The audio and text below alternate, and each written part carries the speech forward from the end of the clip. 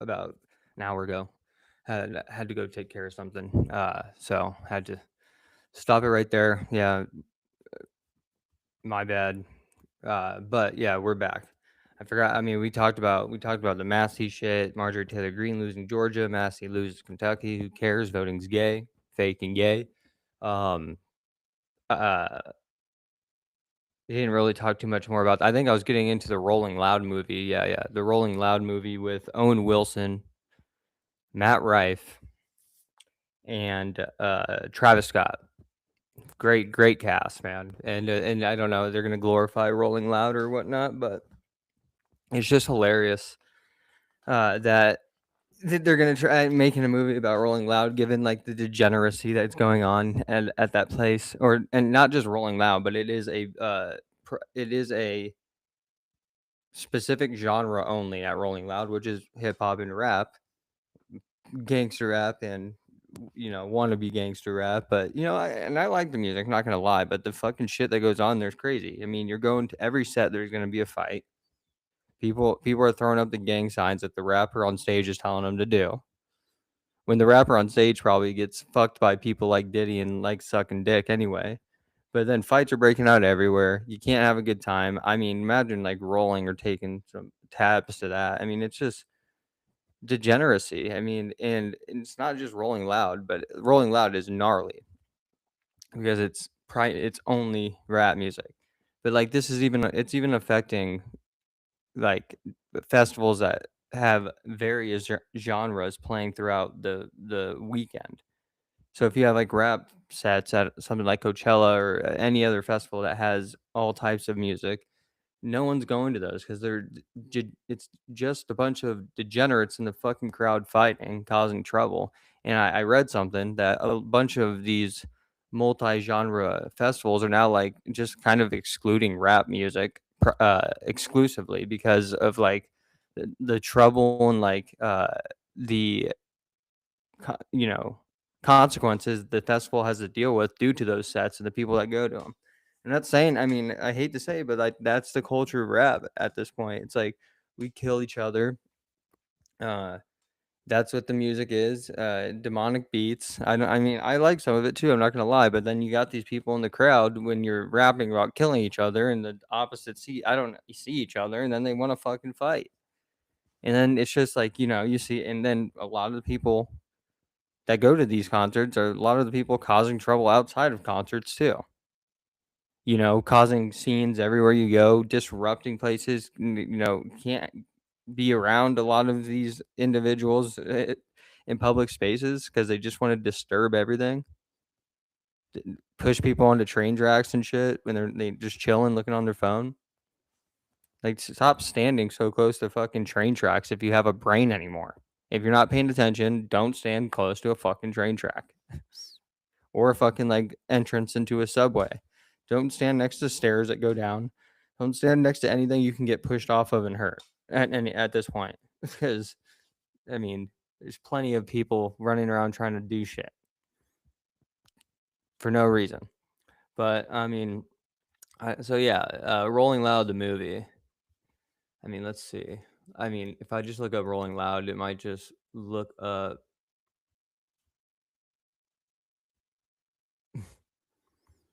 Palantir tweeted 3 hours ago. Palantir embraces the neurodivergent. Join us. We're already part of you, right? We're all being surveilled. All right. Oh, I guess I talked about Kiriakou too, being the high school teacher, Jared Leto. All right, Rolling Loud. Let's see. I'll just search that and see what comes up. Probably be some stuff from the festival and then some about the movie. We'll see. I mean, the movie probably came out, right? Or in theaters October 2nd. I changed the settings on the speaker because I'm using the lav mic because I'm leaving for North Dakota in a couple days and packed all the shit up. So I'm using a lav mic and having a little difficulty figuring out how to play videos and hear it because the lav mic's plugged into the earphone jack. Yeah, it's still not working. All right, whatever. Well, I guess so. There's a video. I mean, this guy is trying to crowd surf in the middle of the crowd. He's just a random guy in the crowd and tries to crowd surf and no one caught him. I love that shit. Fucking dummy.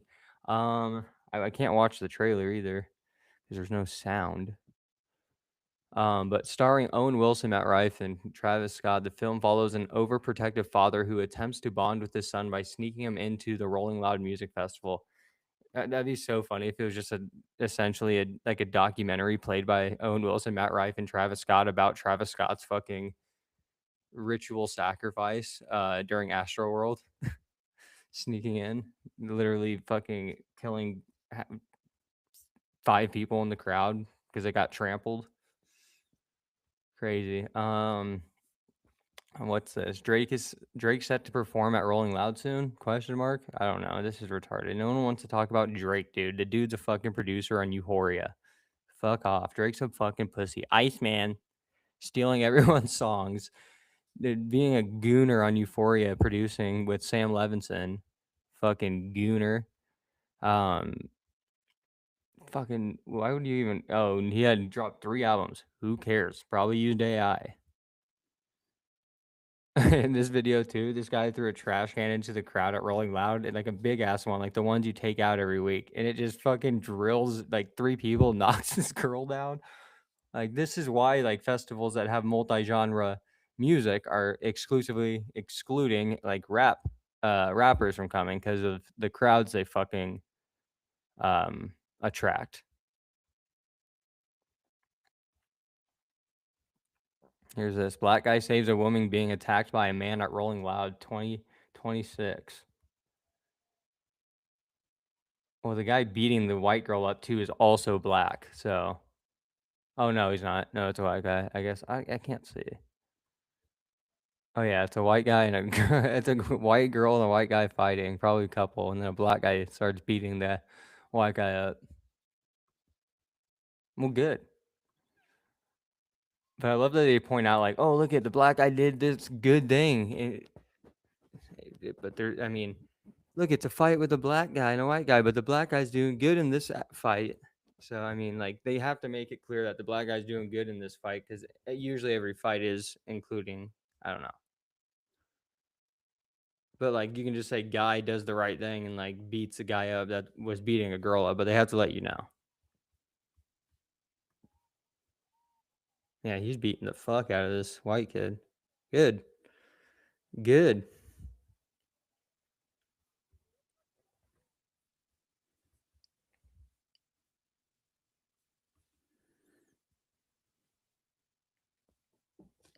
Yeah,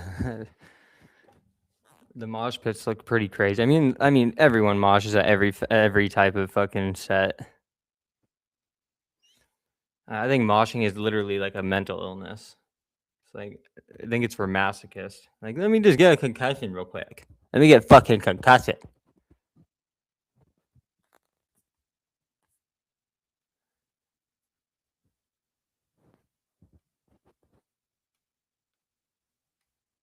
Hmm.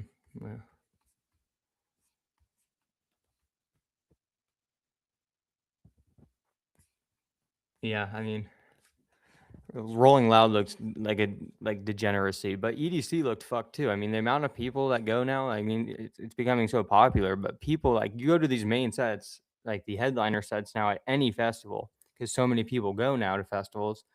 It's absurd. It's like it's a fucking hazard. It's fucking sketchy, especially when you're on so you're like taking points or presses and or whatever your psychs and you're literally in a crowd where you can't even like turn your head to like look left or right. You can't look behind. You can't move, and you're literally people. I mean, you're in a crowd where there's thousands of people, maybe even like tens of thousands of people, and you look back and you're so far in, and you already can't move. It's hot as fuck. It's getting harder to breathe, and then you're whatever you took is also going to fuck with you, and then you realize that oh shit, there's like tens of thousands of people behind me that I can't get through because it's so uh because there's just too many people and not enough exits. And so when you just get stuck in a crowd like that, people start panicking. when the crowd's getting crazy, people start falling down. Like, what the fuck? Like, either limit the ticket sales, and you had like people at the EDC John Summit set, like they were so far up, and there was only one. I guess I've been to EDC 3 times. But their main stage, they have it set up so fucking stupid, where it's a huge ass area, but there's one entrance and one exit. You go in the same way you came that you go out. So if you go in and you get deep, and then it's John Summit, a headliner, and everyone's pouring in, well, now like you're not getting out because you're not getting through this crowd. And so now you're stuck there because there's one exit when you should have side exits. And so you had people at the John Summit set at EDC. I think the main stage is called Kinetic Field. Doesn't matter. Like climbing into the fucking VIP section to get out. And like there, these fucking assholes in the VIP section literally threw a guy climbed to get out because he's like, I gotta get the fuck out of here. They literally like beat him up and threw him back over into the crowd on some fucking cuck shit. Crazy shit, bro. And they were fucking, I think, like British people. Like they came to the US for EDC, and they're like, oh, this is fucked. And they're trying to get out of the crowd. They climb into the VIP section, and then 2 guys literally like fuck them up and throw them back over the fence. But yeah, no, EDC is gnarly, grimy shit. But like with festivals becoming way more and more popular, especially among the younger generations, it's only going to grow and grow regarding the crowds and the people the festivals attract. So, I mean, you either limit ticket sales, uh, open up more space, or I mean, figure something else out. I don't know. So I mean, I'm not a genius, but unless they like want to, unless we're just like we're hoping something happens with people because that's our sacrificial lambs for the year. Like the Travis Scott concert or like a Taylor Swift concert or like Ariana Grande's concert when it got bombed. And then Izzy went over that whole like connection between Death Grip, the band, and like the Ariana Grande bombing. Really weird. You should go watch that video. Fire.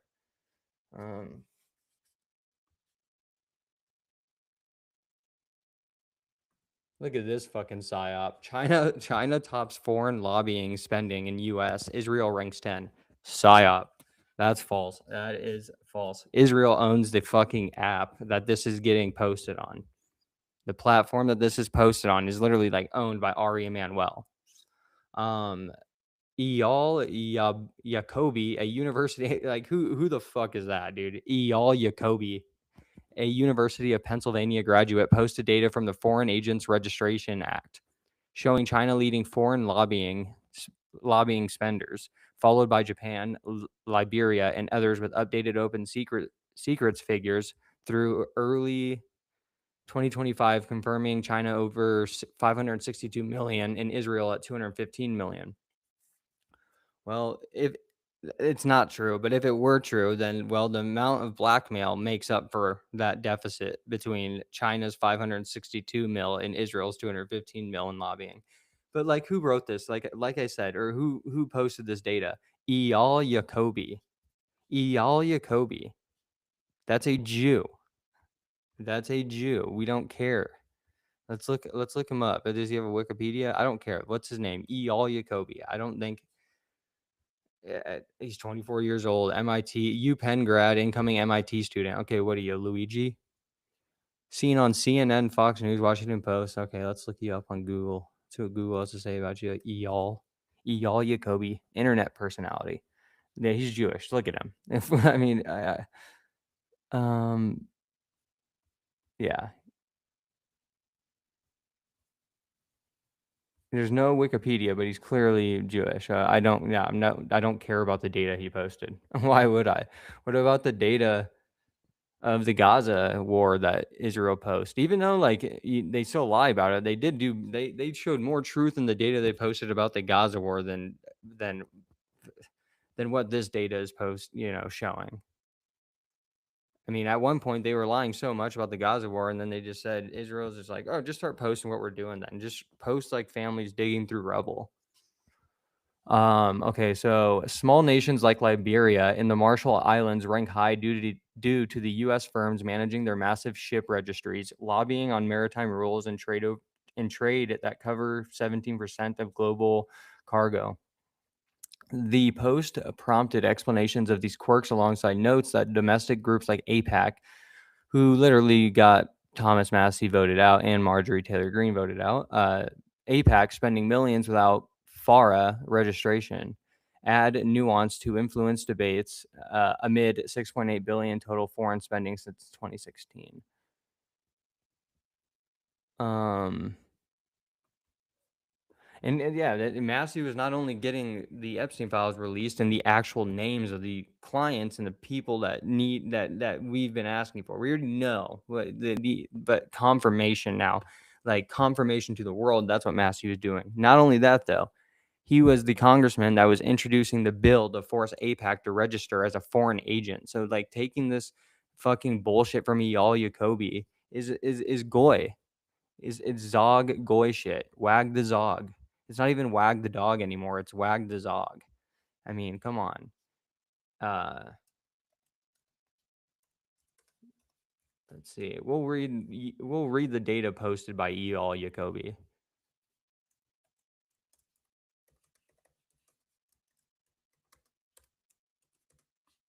Um,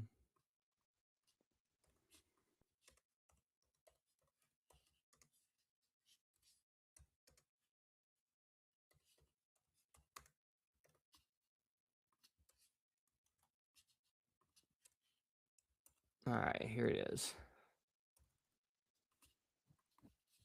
Here are the top 10 foreign countries lobbying in America from 2016 to 24. China, 446,999,458. So 446 million. Japan, 387,265,853. Liberia, 353 million. South Korea, 303 million. Marshall Islands, 284 million. Saudi Arabia, 271 million. Qatar, 250 million. Bahamas, 239 million. UAE, 225 million. Israel, 188. Okay, look at this number. If you're into the numerology, Israel's lobbying exactly 188,886,398. I mean, that's hilarious. What does this add up to? 9, 17, uh, 25, 33, 39, 42, 51, 59. All right. What's 5, 9, 14? No, nothing. All right. So yeah, that's bullshit. I mean, if you believe that, you should go to the pound, call an Uber to the pound, and have them put you down.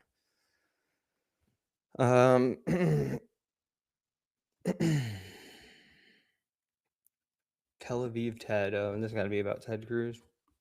Fuck Ted Cruz.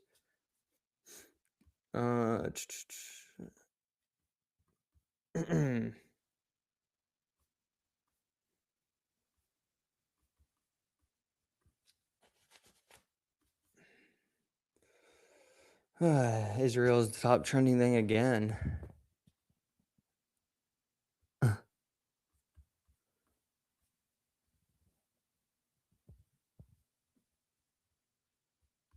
Man, I don't know. I mean, this is what Trump said this morning, and in an interview to reporters, and his quote, I don't know what the question was, but the quote was, Netanyahu will do whatever I want him to do. He's a great guy. I'm right now at 99% in Israel. I could run for prime minister. So maybe after I do this, I'll go to Israel to run for prime minister. I mean, you might be joking, but it's real funny that like we're like a Zog, a Zionist occupied government. So maybe like he'll just become our forever president until he dies. And maybe when he says I'll go run for prime minister of Israel, he's just saying I'll just stay president here since this is essentially Israel. So the Epstein class is trending. Yeah, Congressman Randy Fines like talking shit to Thomas Massey. It's so hilarious. I mean, this shit's gonna backfire. I get Thomas Massey's probably gonna run for president. I mean, I don't know why I'm talking about this because I ain't fucking voting. Don't care. But uh, here can I want to change the live. I don't know. It just says welcome to our live show. I wonder how I change that. Whatever. Yeah, I mean, this he runs for president. I don't know. He could be a psyop too. Who knows? I don't think he is. But like if he didn't actually lose and this got taken, like the after party show probably happened, like people are just gonna be like, well, our votes actually don't matter. Now we like are gonna push even harder. Like just I mean, I don't know. Maybe I don't know. There's as long as boomers are alive and technology gets better to keep them alive longer. We are bent over worse than Usher and Justin Bieber at a 2014 Diddy party.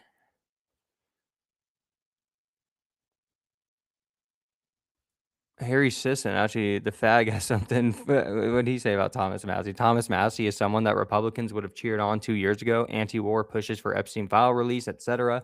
But since MAGA, I think they're calling him Faga now. But since MAGA is in a cult, they change their minds whenever Trump tells them to. Yep. No, but you're also a fag. So no one can. You might. I mean, you said something right. Who knows if you even wrote this, Harry Sisson? But you like playing with butthole, and that's what you prefer sexually. Can't take anything you say seriously. Sorry, buddy. Yeah.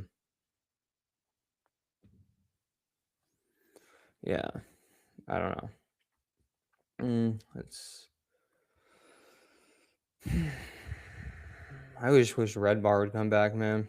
We need Red Bar.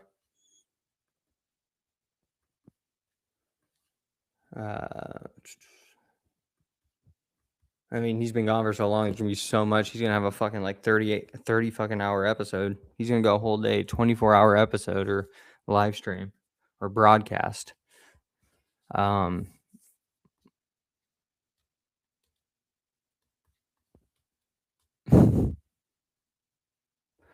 Here's Chelsea Handler on a podcast talking about Tony Hinchcliffe and Shane Gillis. Chelsea Handler goes off on Tony Hinchcliffe and Shane Gillis for making racist jokes at the Kevin Hart roast and claims white people should not be joking about black people. Yes, they should. In that way, that kind of way, since it's equivalent to joking about rape, which should also be joked about, I guess.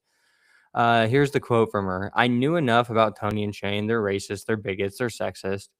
I don't find those jokes funny. Lynching black people is not a joke. Yes, it is. If it's from a bonsai tree, uh, it's worse than rape. No, it's not. Them making fun of Cheryl Underwood's dead husband who committed suicide is gross. No, it's gross that he committed suicide and took away his own life. That's gross. She goes on and says, I wasn't fine with that. There was just so much disgustingness. Is that even a word, Chelsea? You fucking old, washed up, disgusting, despicable excuse for someone with a pussy. And I knew it was going to be a gross vibe, kind of like my pussy. Okay, Chelsea. Yeah, Devin Costa had a great tweet an hour ago, it looks like, and he said, thankfully, Jeffrey Epstein never made any racist jokes the night he had dinner with Chelsea Handler.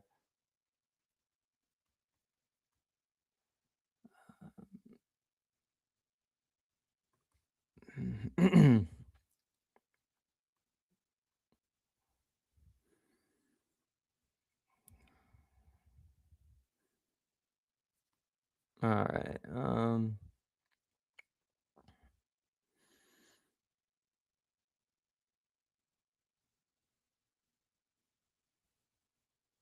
Damn, that's whack. Drone companies are really whack advertising in the sky. Why do so many people that I don't follow like show up on the For You page? Like, I don't want to see anyone from Daily Wire. I don't want to see Tim Pool's beanie faggot ass. I don't like. I guess just go to your following section. What did Michael Tracy say 20 hours ago? Okay, so if your narrative is that the Israel lobby or Jewish billionaires defeated Massey, rather than President Donald J. Trump, without whom there never would have been a competitive primary in the first place, and whose political operation coordinated the entire effort. You are dumb. You're dumb if you type something out just to get that, just to tell someone they're dumb. That's the, let me say a bunch of words that I heard when I got my programming at university, and then say something very simple at the end of word slop. It's an easy way to fuck with suggestible people, retards. And then Kurt Metzger responds and says, "What if I challenge? What about if I challenge Jim Acosta to fight me outside the Hampton Inn? That'd be, I mean,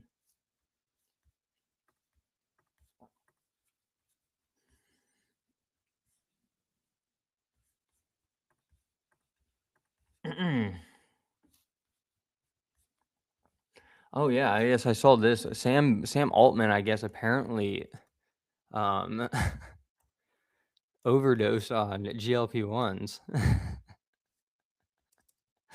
And he gave an interview. I can't watch it because you can't hear, but let's see. This is okay.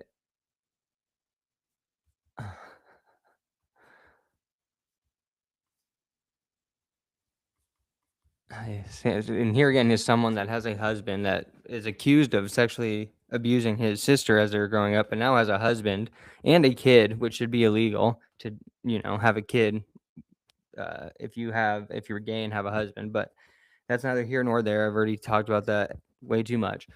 But Sam Altman, another person that is at the top of the upper echelon in tech, and someone that's regarded as a expert in that we should listen to, but he also prefers buttholes sexually, so he shouldn't be taken seriously in any endeavor or form of intelligence when it comes to listening and learning from someone, and following especially. I can't watch it, but Sam Altman overdosing on GLP-1 drugs, and this is a quote right here. Taking enough of it makes you have not a desire for anything else. Few days laying in a hospital bed, staring at a white ceiling, thinking nothing, not wanting anything. That's kind of like the world they've created for everyone else, why they reap all the benefits. Crazy. He overdosed on GLP-1 drugs and experienced the world that he's creating. Oh, it's kind of funny, I guess. I mean,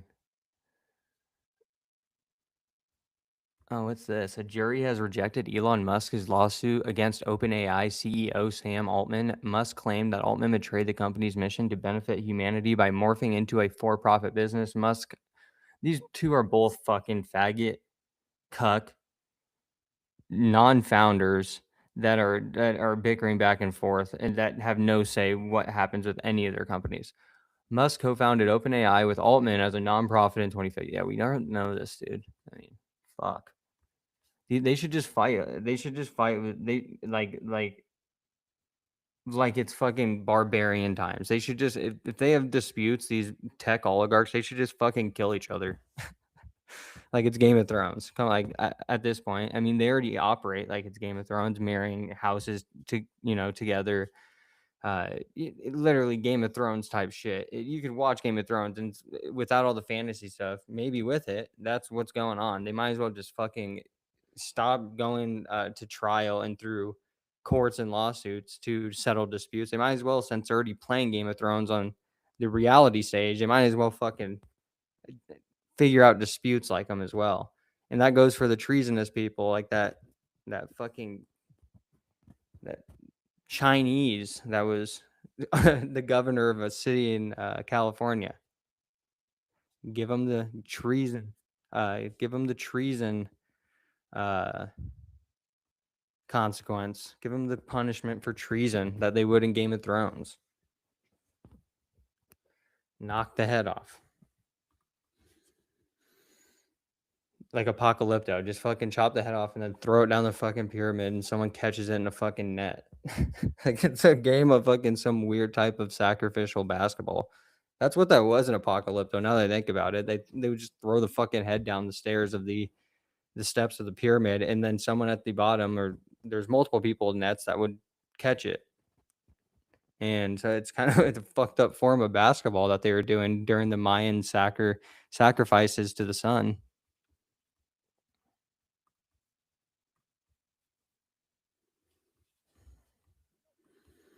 I mean, right now, Dave Smith's episode of Part of the Problem is premiering, and he's probably literally about to kill himself over the Massey shit. He's probably gonna fucking melt.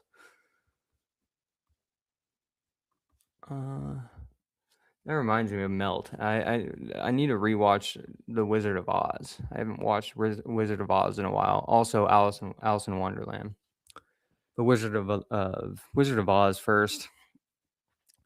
See what it's. I apparently at the Federal Reserve. There's probably more to it, but I gotta rewatch that shit. All right. Anything else? Anything else besides Massey today? I mean, we knew this was gonna happen. Oh, here's Sam Tripoli spilling tea, spreading drama about Chelsea because of her podcast appearance of her being mad at Shane and Tony. Sam Tripoli says, fun fact, one time on the Chelsea Lately set, Chelsea Handler held up a picture of a gorilla and then made a joke about how it was Lonnie Love's family. Lonnie Love's family. I don't know who Lonnie Love is. This is a true story, and it was told to me by multiple people who saw it happen. Jokes are jokes, folks. Okay, yeah, true. I've actually heard him say that on his podcast, but obviously Chelsea doesn't listen to like Tinfoil Hat or Broken Simulation, so she doesn't know that he's been saying this for a while. But you know, it's true. Chelsea Handler is such a weird. Yeah, you literally were at a dinner with Epstein that wasn't even a party at the island. Like, let's look up the article. Since Shane during the roast said it's an article, you can look it up. It was almost like he wasn't even trying to say a joke. He's like, hey, I'm actually just gonna tell you guys something. Go look this up. Chelsea Handler literally had dinner with Jeffrey Epstein at his island, and it wasn't even a party. There was like 7 people there. I wonder if Google nuked the fucking article. Probably not, though. Let's see. You type in Chelsea Handler Jeffrey, and you get Chelsea Handler Jeff Bayless, Chelsea Handler Jeff Bellis, Chelsea Handler Jeff Bezos, Chelsea Handler Jeff, Chelsea Handler boyfriend Jeff, Chelsea Handler boyfriend list, Chelsea Handler dating history, Chelsea Handler famous for, Chelsea Handler net worth. That's the 1, 2, 3, 4, 5, 6, 7, 8, 9. That's the 9 suggestions you get when you type in on Google Chelsea Handler Jeffrey. So she's such a whore that it comes up with a bunch of guys that she's probably fucked, and then guys that she might have fucked. And then it's like, we just also don't want you to look up what you're trying to look up. So you have to type in the full thing.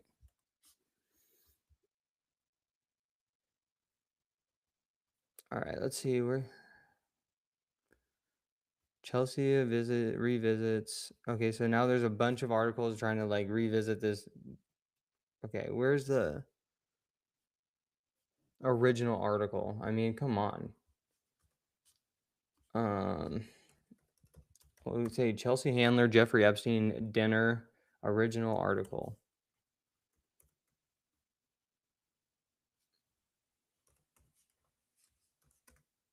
They're so good with their suggestions usually on Google because they're listening to you, but unless you look up something like this.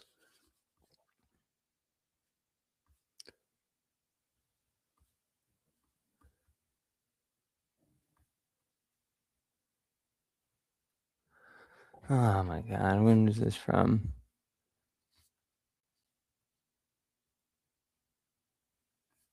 2021. This is so annoying. Let's see if we can find it on X.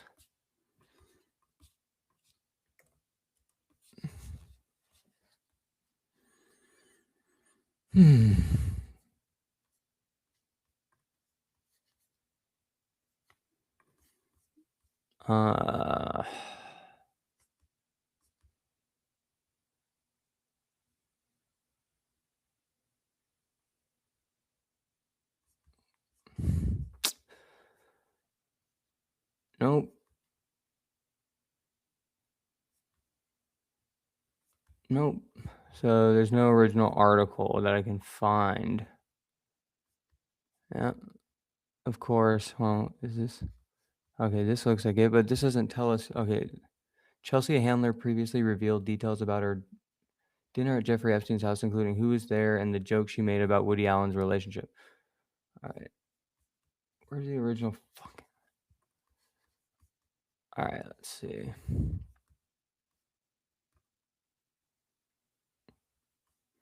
Oh, I found it. It's the first one. I guess IMBD posted it. Let's see. All right, so Chelsea Handler previously revealed details about her dinner at Jeffrey Epstein's house, including who was there and the joke she made about Woody Allen's relationship. When was this posted?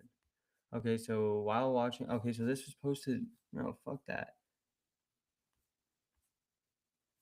Uh,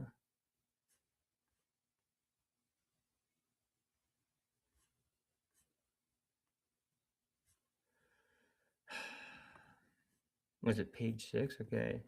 Chelsea Handler recalls weird star-studded dinner at Jeffrey Epstein's house. When is this? This was 2021. Okay, I guess this is the best we're gonna get.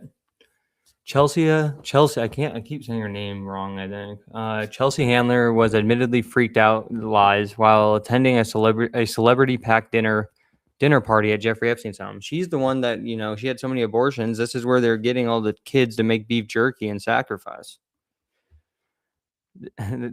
She was the one providing the chickens to Hillary to sacrifice to Moloch. She was the one providing the merchandise so the Podestas can decide whether they're going to play dominoes on pizza or fucking pasta. All right, so during her Wednesday appearance on the Literally with Rob Lowe podcast, Handler 45 detailed the unusual evening with the financier who reportedly died by suicide in jail. This is her quotes. I did go to a dinner at Jeffrey Epstein's house. I didn't know who Jeffrey Epstein was. It was like 20, I don't know what year it was, but it was a long time ago.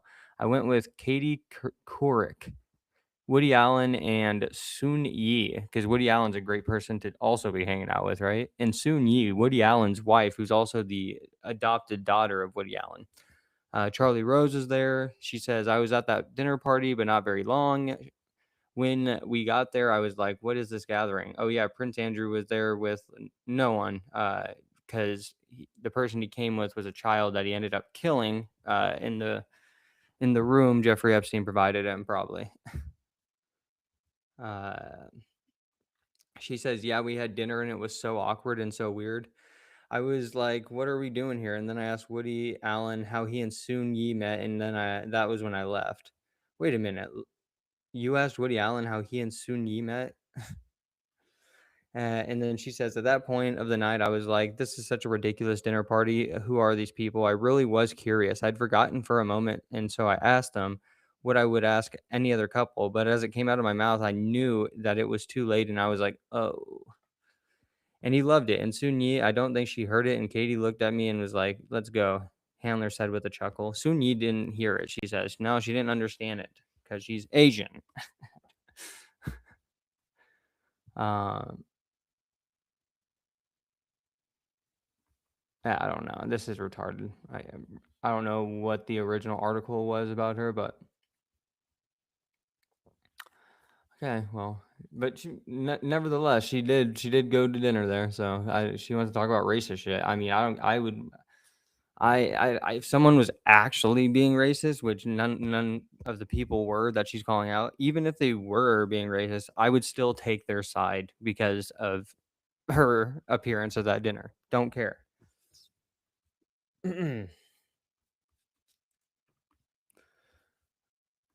right.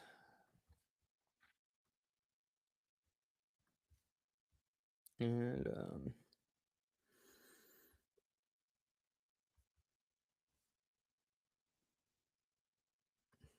here's a funny story. 2 hours ago from X Alerts on X.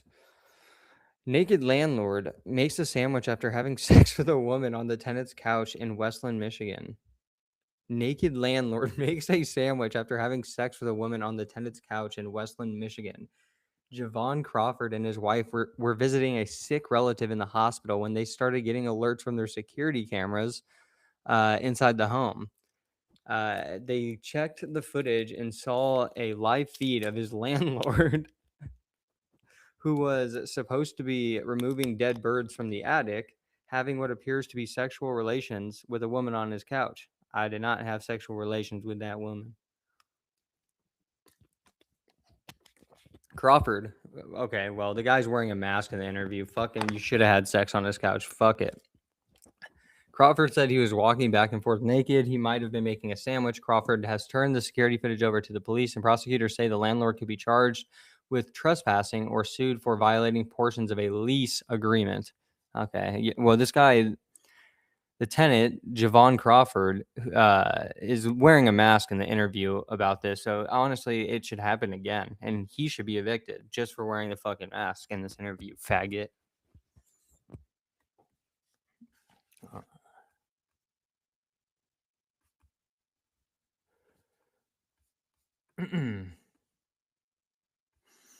All right, here's some. What's Ryan Mattis saying about Thomas Massey? You got anything interesting, Ryan? Um, you mean to tell me that Thomas Massey got less votes in this primary election than the last primary election, when over 45,000 ish new voters showed up to vote in this year's primary? Ed Gallerin, Ed Gallerin received 10,854 mail-in ballots. Tonight alone, Thomas Massey lost by 10,280 votes. I already said that.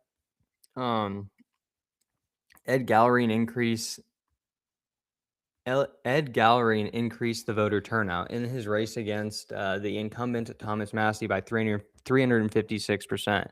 This has never happened once in any primary election in U.S. history going back to 1970. Total voter turnout in the primary increased by over 100%, going from 52,593 in 2024 to 105,361 in 2026. This has also never once happened in a primary election since 1970. Thomas Massey lost by, we already said this. Ed also received over 57,000 votes, and he couldn't get 100 people to show up to a victory party. I think Ryan Maddie, when he posts videos and the caption is just him speaking into the microphone, so it's always got grammatical fucking errors, but that's fine. James Lee says, what my take from talking to people in Kentucky. James Lee actually went to Kentucky with his podcast host and went to vote or at least support Thomas Massey, which is pretty dope. But like I said, I think it's all fake and gay when it comes to voting and a lot of other stuff. But James Lee says, my take from talking to people in Kentucky, they've been running anti-Massey ads for months with a very simple message: fire Massey. Many voters did not even know who the other candidate was. They were instructed to go to the polls and selected the candidate not named Massey. Hold on, what? My take from talking to people in Kentucky. They've been running massive anti-Massey ads for months with a very simple message: fire Massey. Many voters did not even know who the other candidate was. They were instructed to go to the polls and selected the candidate not named Massey.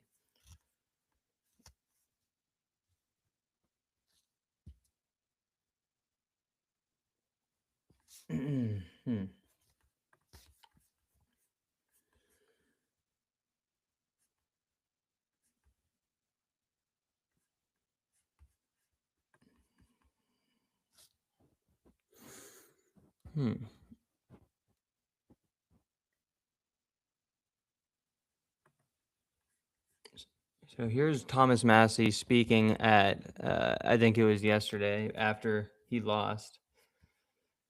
And he said, Thomas Massey says, today is the 6th-month anniversary of the Epstein Files Transparency Act. We've taken out 24 CEOs, an ambassador, a prince, a prime minister, a minister of culture, and that was just 6 months. And he says, I got 7 months left in Congress. Yeah, I mean, that's true. He's still got 7 months. Who knows what type of shit he's going to try to do.